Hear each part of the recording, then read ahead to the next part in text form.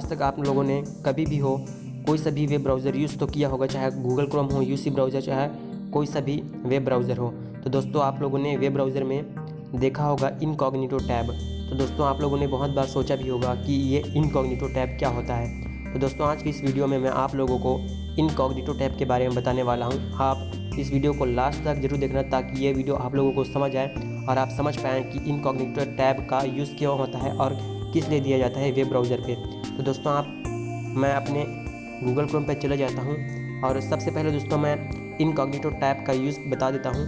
दोस्तों अगर आप किसी भी वेब ब्राउज़र पे इनकॉग्निटो टैब एक्टिवेट कर देते हैं तो इससे बेनिफिट ये होता है कि आप चुपके से उस वेब ब्राउज़र पे जाके उस वेब ब्राउज़र को ब्राउज़ कर पाएंगे। दोस्तों इससे किसी को पता नहीं चलेगा कि आप वेब ब्राउज़र पे गए और ना ही उसका हिस्ट्री बनेगा, ना ही कुकीज़ बनेगा। तो दोस्तों आप चुपके से किसी भी वेब ब्राउज़र पे जाके उसको सर्व कर पाएंगे और किसी को पता नहीं चलेगा।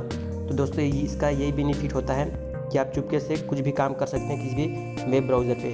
तो दोस्तों अगर हमें एक्टिवेट करना है जो इनकॉग्निटो टैब होता है उसको, तो कैसे करना है। तो दोस्तों अगर आप गूगल क्रोम यूज़ करते होंगे तो गूगल क्रोम पे एक्टिवेट करना कैसे है ये बता देता हूँ।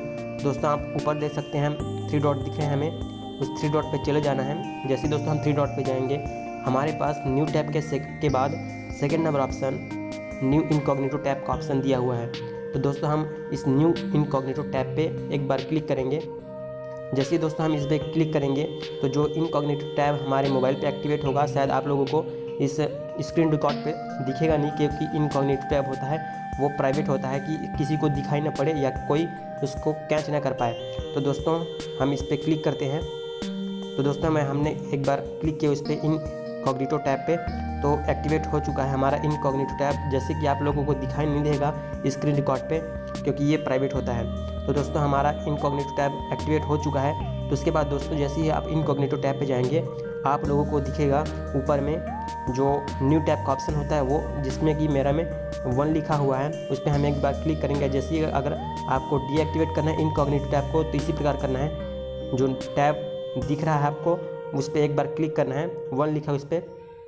तो दोस्तों आप देख सकते हैं बहुत सारे टैब हैं। तो दोस्तों मैंने नॉर्मल जो वेब ब्राउज़र होता है इस पर 2 टैब लिए हुए हैं तो उसका अलग दिख रहा है हमें, और जो इनकॉग्निटो टैब है उसका अलग बगल में दिख रहा है हमें। अगर दोस्तों हमें इनकॉग्निटो टैब गूगल क्रोम पे डीएक्टिवेट करना है तो ऊपर आप देख सकते हैं कट का निशान दिख रहा है हमें, उस पर हमें एक बार क्लिक करना है तो कट हो जाएगा और आप अपने गूगल क्रोम पे होम पेज पे आ सकते हैं। इसी प्रकार दोस्तों आप गूगल क्रोम पे इस इनकॉग्निटो टैब को डीएक्टिवेट कर सकते हैं। अगर दोस्तों आपने यूसी ब्राउज़र डाउनलोड कर रखा है, आप यूसी ब्राउज़र का यूज़ करते हैं ब्राउज़ करने के लिए, तो हम दोस्तों बता देते हैं आपको यूसी ब्राउज़र पे जो इनकॉग्निटो टैब होता है उसको एक्टिवेट कैसे करना है। तो जैसे दोस्तों हम यूसी ब्राउज़र पे आएंगे आप देख सकते हैं बीच में आपको 3 लाइन दिख रहे होंगे, तो उस 3 लाइन पे जाएंगे। उसके बाद दोस्तों माय वीडियोज़ के जस्ट नीचे इनकॉग्निटो टैब का ऑप्शन दिया हुआ है यूसी ब्राउज़र पे, तो उस पर हम जाएंगे दोस्तों एक बार इनकॉग्निटो टैब पे एक्टिवेट कर देंगे। जैसे ही हम इस पर क्लिक करेंगे एक्टिवेट हो जाएगा।